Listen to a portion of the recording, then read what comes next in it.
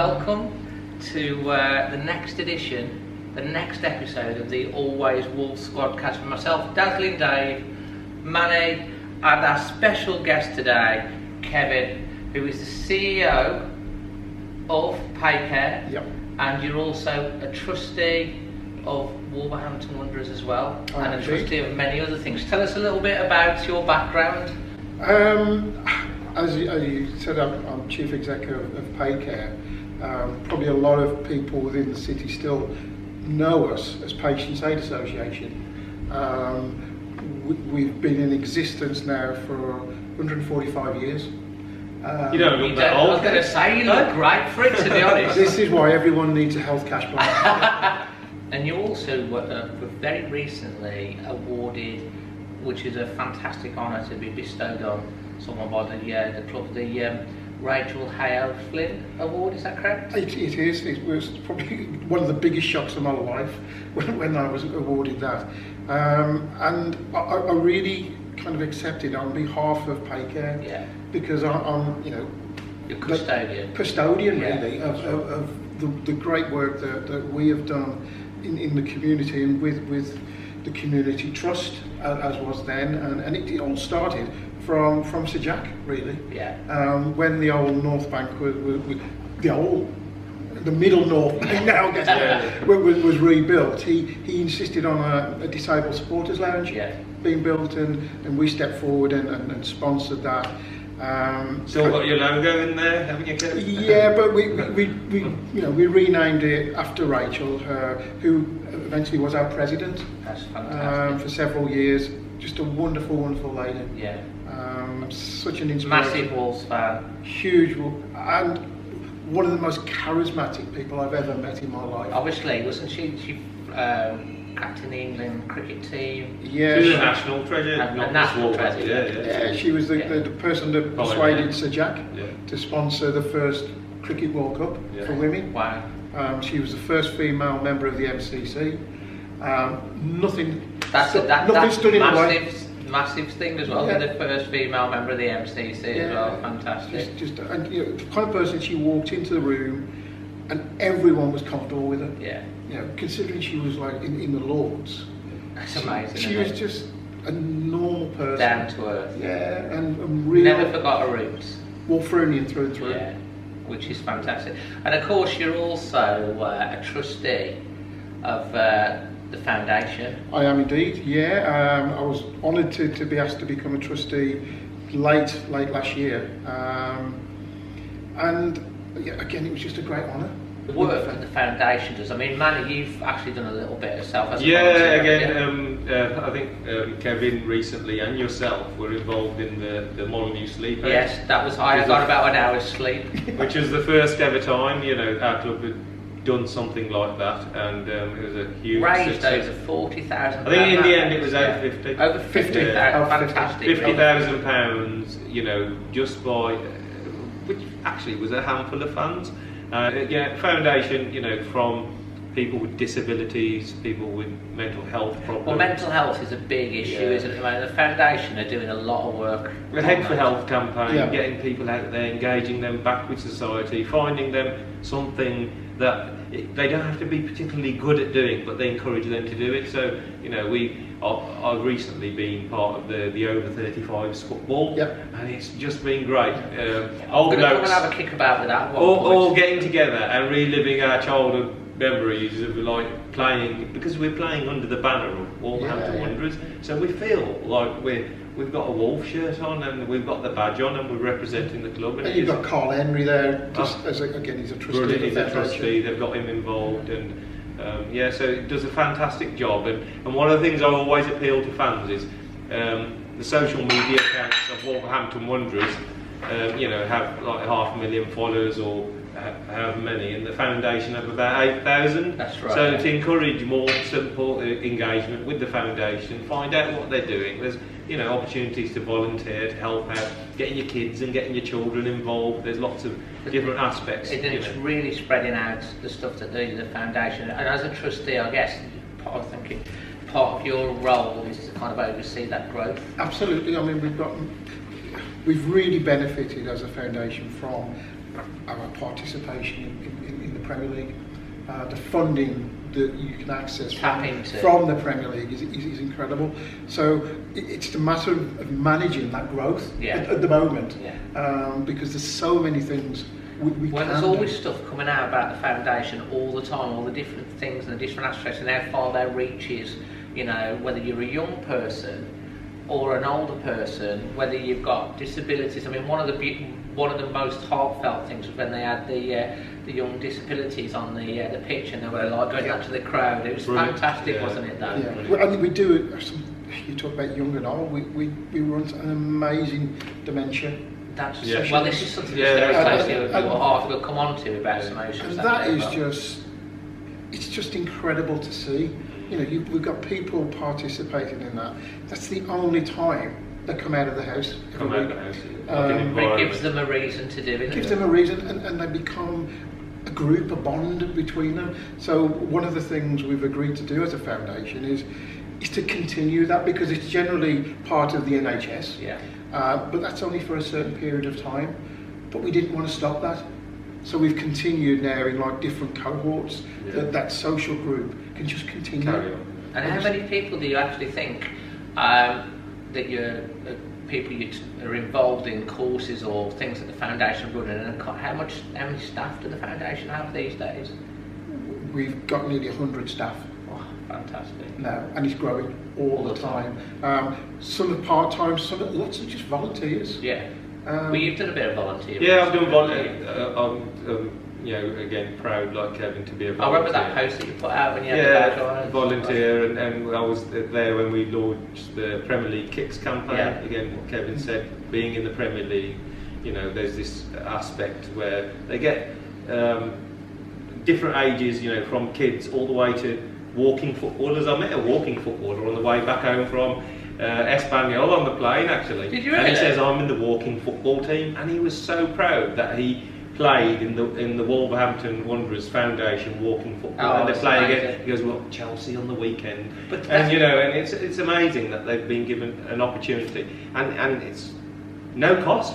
You know, these guys are just turning up with their boots and the shin pads, and they're not asking for any cost or monetary. It's just a bit of time where they can go out and spend time with people and engage in something that they love doing, and yeah, it's a great thing that I just really encourage more fans to be involved in it. It is. One of the things I'd urge supporters to do, we've got a great little scheme. If you go into the club shop and you buy a top, 45 quid 50, you can just top up and donate the extra 50 pence. Oh, can you? Yeah. To the so just always top it up to the nearest pound, and it all goes. That's something that's not that well known. It's sort of been advertised a few times, but I think when the club are so successful, there's so much to talk about anyway. It does get left in the background, and that's why I said, you know, the Wolves Foundation Twitter account and the social media sites, I encourage fans to follow it, get a bigger following. If you follow Wolves, follow the foundation as well, and you'll get a lot more information about what the club does. I'm sure everyone that's listening, Kevin, are going to be quite interested in how did you become a Wolves fan, and what is your favourite ever game? I became a Wolves fan in 1972. Yeah. It's when we played Leeds in the final game of the season, when Leeds tried to bribe us, allegedly. And we stopped them doing the double. They'd won the FA Cup on the Saturday before, and my cousin took me to the game. Oh, right. And there must have been 60,000 in the ground, and he always used to stand in the old enclosure. Yeah. And we were not the earliest, so I've never grown since I was 14, so I'm not the tallest. And we were standing at the back of the enclosure, and I don't know whether listeners can remember, but it was a bit of a dip. But the magic of walking up Waterloo Road, seeing those amazing floodlights, they were huge. Yeah. And there's nothing like a night game. The atmosphere is fantastic. And I was just... You just fell in love straight away. And it was brilliant. You know, we won, I can remember Dugan running through and slipping it past Sprake. and I was hooked from them. You remember who the keeper was in goal? Yeah. Fantastic. Yeah. That was a very successful league side when you look back in history. That was their most successful league side, wasn't it? Dirty Leeds. Dirty Leeds, proper Leeds, yeah. Yeah. And never shook off that. That's when I was like completely hooked. My favourite game, I guess up Probably until... got a couple, I would imagine. I would imagine up until the Nuno era. Yeah. It would have always been, again, Leeds away. Leeds again? Leeds away in the FA Is that Cup. the 2-1 when they saved a penalty? Don Goodman. Don Goodman scored. Yeah. Carl Robinson slipped it through Goodman. We were right behind it, Yeah. and the ball just seemed to go into slow motion. Slow motion and sort of bobbled over the line. And Perfect little dink. I've never been so nervous in my life for the last 20 minutes of the game. So that one always stuck into my mind. But there's just so many now, aren't there? How many can you reel off? Cardiff away. What an experience that was. Well, that was the double penalty in injury time when that don't happen. Ridiculous. Does it? That was. We spent the whole car journey on the way back from Cardiff listening to Mikey Burrows' commentary over and over again. And now you've watched. Sometimes you see that put out on Twitter, and you watch that 5-minute period of the game unfolding in that, and the emotion and the relief. Because obviously that was the key point of the season as well, and they were pretty much the arch rivals for that automatic spot. And obviously getting that penalty in the last minute, he's like, oh God, and then he saves it, and then they get another one, and you think they're surely gonna, but he hits the bar, doesn't he? And then it's headed out, and then Nuno goes running on, and Warnock gets upset. He was on about it. He was, wasn't he? To mine really, that the Warnock Nuno thing sort of added to it. And that should never go away from football. No. That bit of rivalry, a bit of needle, Did and you hear Warnock the other day? And people criticise Neil Warnock, but I think you need characters like that in football. Absolutely. And he might not be everybody's cup of tea. Secretly, but he wears his heart on his sleeve. Secretly, he's always wanted to manage Wolves. I think he really has always wanted to manage Wolves. I saw him at like a sportsman league a few years ago, and he said he was like this close. And, really? And he'd been interviewed by Steve Morgan. Then he got the call from, who did he go to eventually? Can't remember. He went somewhere, and he rang Steve Morgan and said, "Look, I'm on the way here. Have you made a decision yet?" And Steve Morgan said, "Let me think about it for 24 hours." And he says, "Right, if you need to think about it." You don't want me. So he went and I can't remember who he went to. We got wonderful Dean Saunders, so we were happy. I remember. I think it was at a family meal or something, when they announced Dean Saunders, and I'm like, what? Talking to people in the club, they knew almost immediately that, oh God, we've got a problem here. Because he played for some seriously big teams, hasn't he? But apparently he walks into Molineux and he's starstruck. And I'm thinking, oh no, he's not the right man for this job. But bless him, his imagination was fantastic, wasn't it? It's great when you've heard him on the radio and he's talking and stuff like that. But he was definitely one of the mistakes at appointments, the Dean Saunders. How did we go from favourite game to Dean Saunders in one conversation? I don't know, actually. But I guess talking about the Nuno era, I mean, I never ever thought as a Wolves fan we would beat Arsenal. And yet last year we murdered Arsenal. And that was just incredible. Is that your favourite one of the Nuno era? Yeah, it is. There's some good ones though, ain't there? Yeah. There's so many, isn't there? You can go to the last games that we just had, which we will talk about very soon. You just reel off game after game after game where you just leave the ground and think, oh my God, did you watch? You actually tell people to watch the highlights, watch what we did. The Man United semi-final and quarter-final. That game, the relief, I think, of the joy of getting to Wembley. Yeah. And then we all know what the heartbreak game was. I've only just managed to watch the highlights of the Watford game. Do you know what? I couldn't bring myself to watch it. I've still not watched the highlights. I had to do, obviously, my reaction afterwards, and I had to Eddie to put together the vlog of the game, and that was the hardest one I've ever had to do, pretty much. And I've still not watched the highlights back. And apparently Ruddy was really close to saving that penalty, wasn't he? Yes. He was like within touching distance of saving it. But yeah. Let's not go there. Things have worked out fantastically. Well, it's funny how things do work out. Watford after that didn't win, and we got to Europe, and look at the happy times we're having now. So there's a few there, haven't we? And that brings us up quite nicely, I think, to talking about the month's review. We're going to work backwards, because the one that's most fresh in our minds is obviously the Spurs game at the weekend. Tottenham Hotspur 2, Wolverhampton Wanderers 3 in their new amazingly fantastical stadium.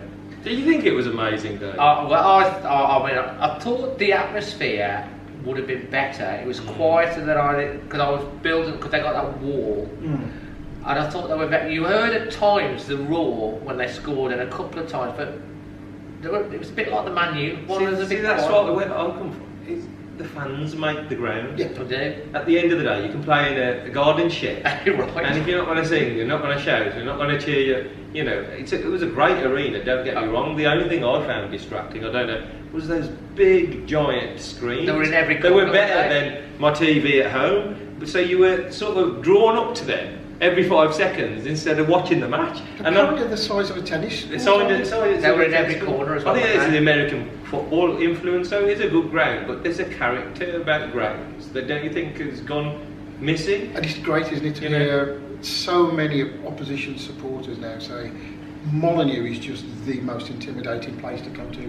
When it's on song, it is electric and it's loud, and there's a lot of, you see on Twitter very often, there's a lot of fans from opposition going, that atmosphere is immense, the Wolves fans and the Wolves away fans as well. I think there's something to be said about having a traditional 4-stand stadium, you know, rather than having these bowls that look impressive, but then the Tottenham ground, it's not like, no disrespect to like your Brightons and stuff who are a bit soulless, in my opinion, disappointing. You know, it's been specifically designed, it's been analysed by designers to get the best out of it and create the best supporter experience, and also that's the reason they have that big wall at the one end, rather than, if you look at the other end, it's in three bits to create that atmosphere. I don't think we saw the Spurs supporters at their best, but then I think they're a bit. I talked to quite a lot of Spurs fans before the game, and they were all scared of Wolves. They were all like really apprehensive about thinking. I think they were really nervous, and I don't think they really raised the game, because I think all the way through the game they were thinking Wolves are the better team. If we get out of this, we're lucky. And I think they were probably lucky to go in at half-time 2-1 up. Although we did start really slow, didn't you think? Again. Well, I'm afraid I was at plastic over the weekend.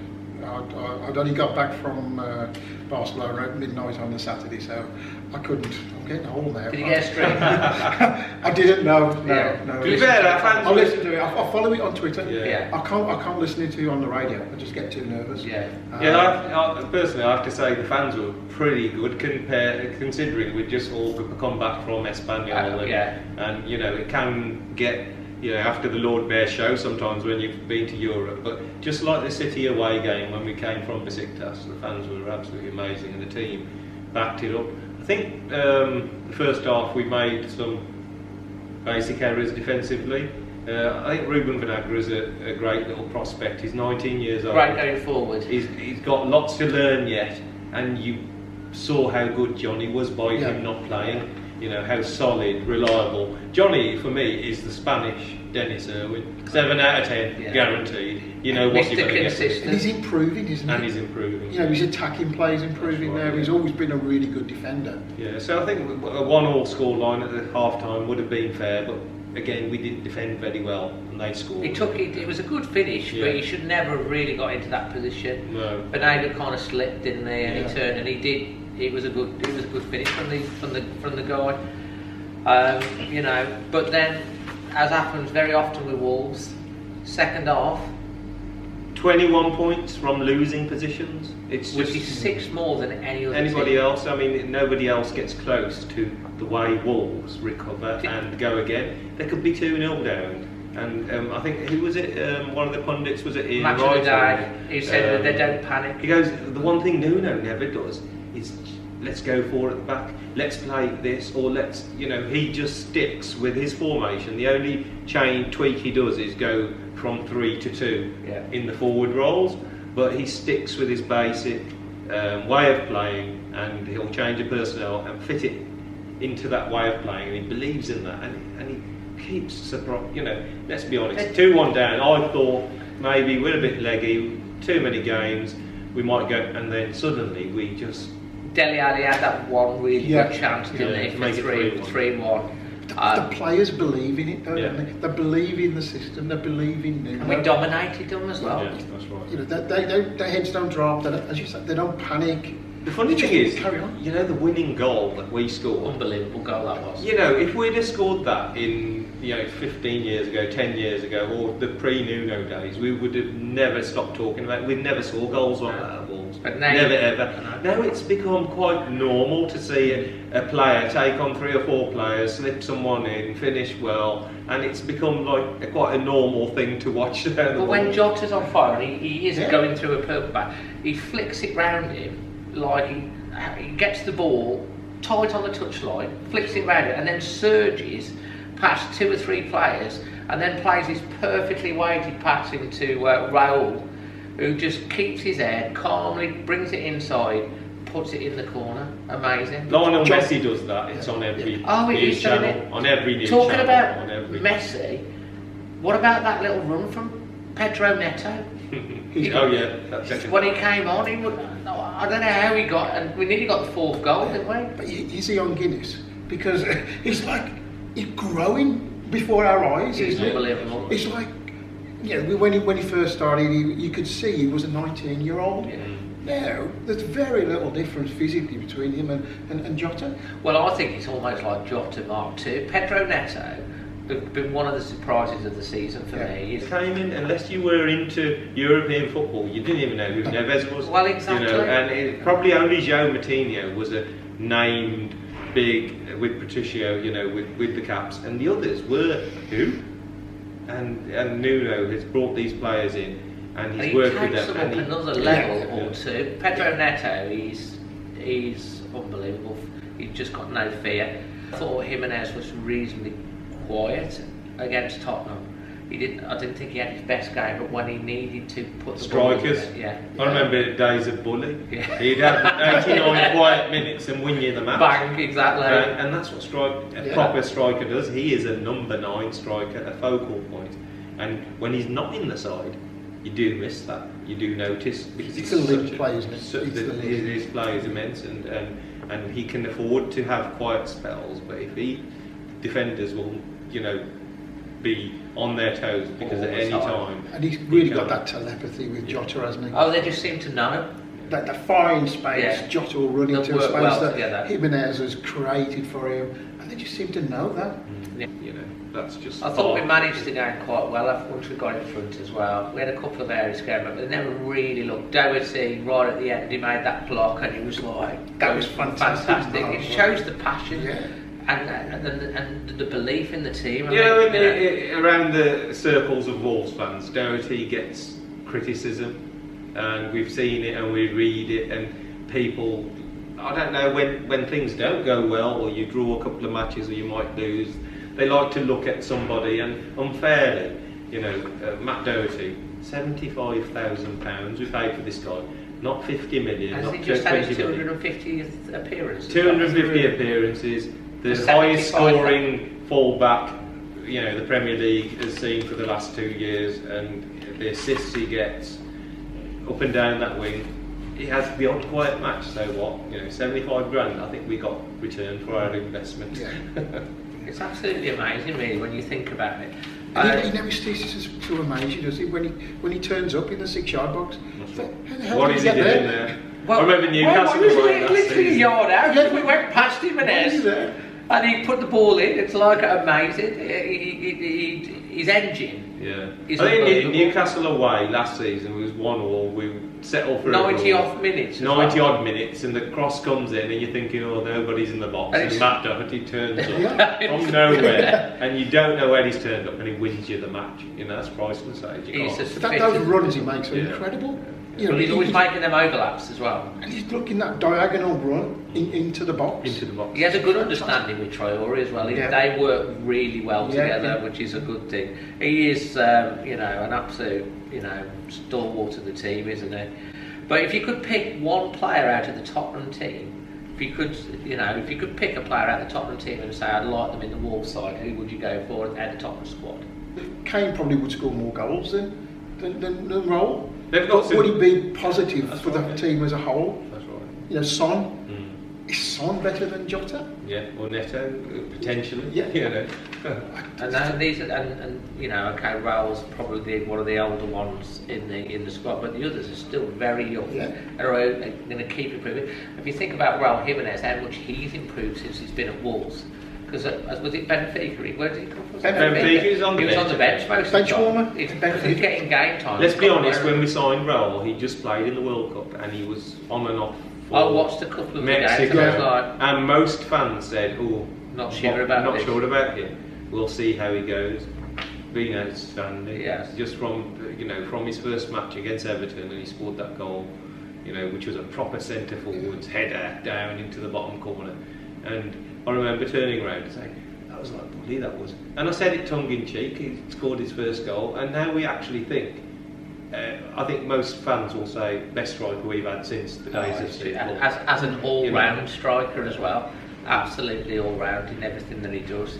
I Yeah. think at the start of the season, I think most fans were thinking if we finish top half, don't get stuck into a relegation fight, and we have a good run in the Europa League, you'd take that. I think years of heartache has meant Wolves fans. We grab on to whatever we can get, sort of thing. Exactly. So yeah, but I think the expectation will get raised naturally. We've actually got more in this team to come, and that's the exciting bit. It's not somebody like, you know, in years gone by. I remember Ipswich came up and they had a great season where every player was 10 out of 10, and then they've got relegated the following season. This is actually a team that is beating the top six comfortably sometimes, and it still has lots more to give and lots more to improve. Well, this is it, isn't it? There's a lot of teams have second season syndrome. It's like they haven't come up, got that momentum, you know, and then the second season. I mean, look, Burnley got to the Europa League, didn't they? And then they really struggled in the league. And I know Wolves had a really slow start, but we just seem to be getting. It's almost like a mirror of a match. First half of the season we started slow, getting into our stride. Second half of the season we're starting to get stronger as we're going along. Yeah. And we've played Leicester twice, United twice, City twice, Liverpool twice, Tottenham twice. They're all out the way. There's only Chelsea away, Chelsea. which is the last game of the season. Do you know what? I've got a feeling that's going to be. I think it will go. all It'll the way. go. Yeah. That could be whoever Winner wins that. takes all. Yeah. Yeah, it'd be like a cup final. Yeah, that yeah, could. yeah. And do you know what? I'd fancy us to do it as well. Absolutely. And I've got the VAR table. If there was no VAR, Liverpool would still be top, 75 points. Man City, they'd have less 4 points. Man City would be on 60 with 3 extra. Leicester would be -2 on 40 in third with 48. Chelsea would be on 48. Wolves would be 5th with 5 more points with 47 points. We would be 1 point off third place because we've lost more points than every other team apart from West Ham, who would be a lot happier. And even you look at Norwich, they'd be on 24 points, 2 points out of, you know, it's affected. What's going to happen last match of the season if, like, there's a relegation issue and there's a VAR decision and it sends someone down? And this is the reason for me saying that we shouldn't have it, because if the implementation or the way we're going to manage it is not clear and it's not right, then we shouldn't have it until it's right. We shouldn't be testing out a system in a live Premier League season. That seems to what we're doing, and they're going to tweak it and change it slightly. Having a thicker line, we're talking about a thicker line that just moves. Well, there's a Wenger moves the line from one point to there's another. There's a Wenger you know. proposal here, who's I think in charge of FIFA developments and stuff, and he's basically pressing for change in the offside rule. Head of global development he wants the player to be onside if any part of their body that can score a goal is behind or level with the relevant defender. So if you like, your foot's onside, you're onside. The thing I have to say about that is, again, all you're doing is moving a line from drawn in front to behind. You're still moving a line. What you should have is a referee going up to the screen and saying, yeah, that's level, because it's not obviously offside. Yeah. I'm not drawing any lines. I'm not getting my helix geometry set out. I'm not getting the protractors out. I'm not doing any calculations. I've looked at it. That's not obvious. Goal. I gave a goal. It's sticking as goal. Because nobody on the pitch or any pundit ever would dispute any of those goals being awarded. And the other issue, which I think they need to address, is the accidental handball from if it accidentally hits a defender's hand in the penalty box, it's like not a penalty, which I agree with. If it accidentally catches any part of the attacker's arm, such as the goal that Volley scored, the first match of the season, where there's no way you could get out of the way of it, it just dropped and then they scored.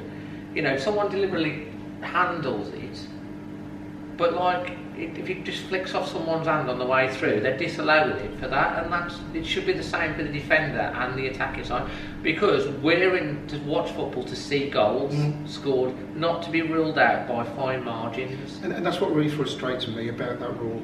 It's about they're looking to introduce a rule to stop a goal being scored. Yeah. And it's all about goals, isn't it? And you're implementing a rule to stop a goal being scored. Where's the logic in that? I think most fans can accept goals being ruled out if it's like, yeah, that's fair enough. But for millimetres and... If you read the IFAB rules on handball, the reason they brought that in was they said a goal should not be scored by the hand, whether deliberate or accidental. It shouldn't be scored by a hand. But what the Premier League seem to have gone further with this, and it is part of the rule, and they're only following the rule, is that even if it's assisted by somebody accidentally, they've made it even worse. So you could probably try and sell that fact to fans that if a goal is scored directly with the hand, it will be disallowed. You'd understand that, of course. Because it's been Volley Man City last year. Man City. If that was ruled out, we would have looked at it and thought, yeah, it came off his hand, and we would have just said that's just And now it's the assist. So it could have. Was it the one on where the player was pushed onto another player and he handballed it in a match? So the player who handballed it was pushed by another player to handball and then it was disallowed. How ridiculous are we making our sport? And how far back do you go? No, do you think you should be able to hear as well what the referee is saying to stop it, part of the conversation? So as fans in the stadium, and they should be able to put up on the screens what they're looking at, so we understand why they're standing around for 2 minutes. It works in rugby, doesn't it? It does work in rugby, but what Kevin said about European football, they are constantly speaking, apparently, their VAR constantly speak to the referee, and the referee keeps the game flowing, because they make their decisions very quickly, and it's obviously something they do to keep the game flowing, so we're not stopping and talking and analysing and putting it on screens and because they're making that right decision, they're making the right decision very quickly. No, that's not offside. There's no lines to be drawn. Carry on. There's another suggestion that's been said that they can only have 36 to 40 seconds to look at something. If they can't make a decision in that time, that there's obviously a mistake been made, they stay with the on-field decision rather than 2-3 minutes looking at something to keep the game moving. Then it's not clear and obvious. That could work as well. But yes, most of Saturday again. Last year, the club were brilliant. They sort of gave me permission to do a bucket collection, and I went home really proud, telling my mum. I said, "Mom, we're doing a bucket collection," and my mum said, "Can't ask for money." I said, "Well, that's what fundraising is." He goes, "No, you've got to give them something. Then they will donate to you." And we just sat down, and she goes, "Make some samosas," and that's how it was born. And we sort of thought, okay, let's make some samosas. And my mom started with her best friend, and they made 1,000 samosas at home. The fundraising is massive, obviously, for a charity that really needs this help. But the actual engagement between the fans. When I started in fundraising, I tried to think about how we could engage as many people as possible. So, I was sort of offered to do maybe a corporate type evening at Molyneux, and then I just wanted it available to people who wouldn't normally attend those or wouldn't normally bid for an auction item, you know, because it was out of their range. So this way, it's out in the streets, everybody can play a part. The first Samosa Saturday that we did, we put a bit of a condition where people had to donate a minimum of £2, and after that we took that condition off, and now the condition is no donation. Just we'll give you if you want food, we'll give you food. Right. If you want to donate, you can. And our donations went from 3,500 on the first Samosa Saturday to 4,500, and the last one was £5,500 that fans gave out. Kevin, I had somebody come up to me, put some money in my hand, folded my hand over, and said thank you for helping this cause. I lost my wife to dementia, and walked off. Refused to have any food because he wasn't just hungry. gave you the money. And I opened my hand and I had £200 in my hand. That's just mad. Wow. You know, and this is the type of people we've got out there. Goodness exists, and when you tap into it, and the cause dementia is massive. It's unfortunately, you know, there's 1 million people I think now affected. Every family will be. Every family have got, you know, somebody somewhere that they know that suffer from this illness. It's an invisible sort of illness. It's not something that you can stick a patch on and say let's treat it. At the moment there is no treatment for it. So what Dementia UK do is they pluck out the best nurses and train them specifically in dementia. They're called Admiral nurses. We've got 300 so far in the country. They're growing this to try and include every area, and these nurses then go out free of charge.